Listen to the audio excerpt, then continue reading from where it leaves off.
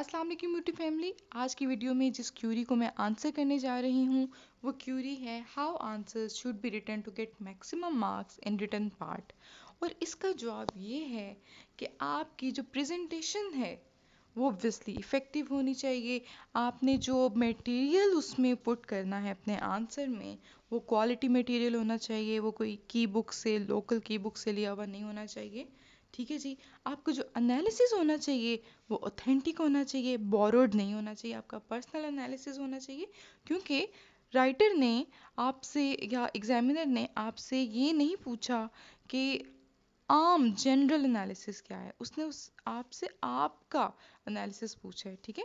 और ऑब्वियसली अगर आप बोरोड एनालिसिस ही पुट कर देंगे अपने आंसर में तो ये तो फिर एग्जामिनर को भी पता है, क्योंकि उसने तो आपके अलावा 20-30 हज़ार पेपर्स चेक करने हैं ना, तो ऑब्वियसली उसको आइडिया हो जाएगा। इसलिए आपने ऑथेंटिक एनालिसिस देना है जो कि बनता भी हो। और ऑथेंटिक एनालिसिस कौन सा होता है? जो कि लॉजिकल होता है, लॉजिकल रीजनिंग की बेस पर आप जो एनालिसिस करते हैं उसको ऑथेंटिक एनालिसिस कहते हैं। ठीक है जी। तो ये वो चीज़ें हैं जो आपके आंसर को, अगर आप लिखते हैं आंसर तो आपको अच्छे मार्क्स दे जाती हैं ये चीज़ें।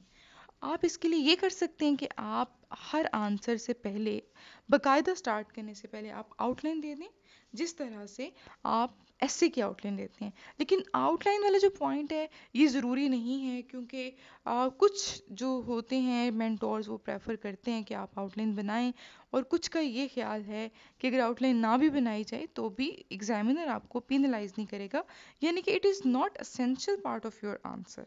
ठीक है। लेकिन अगर आप बना लेते हैं, आपके पास टाइम बचता है या आपको प्रैक्टिस है कि आपने टाइम किस तरह से मैनेज करना है, कि आपने आउटलाइन भी बनानी है, आपने आंसर भी लिखना है, तो अगर तो आप ऐसा कर लेते हैं तो वेल एंड गुड, बहुत फिर अच्छा हो जाएगा और आपको बहुत अच्छे और मैक्सिमम मार्क्स मिल जाएंगे उस पर्टिकुलर क्वेश्चन के।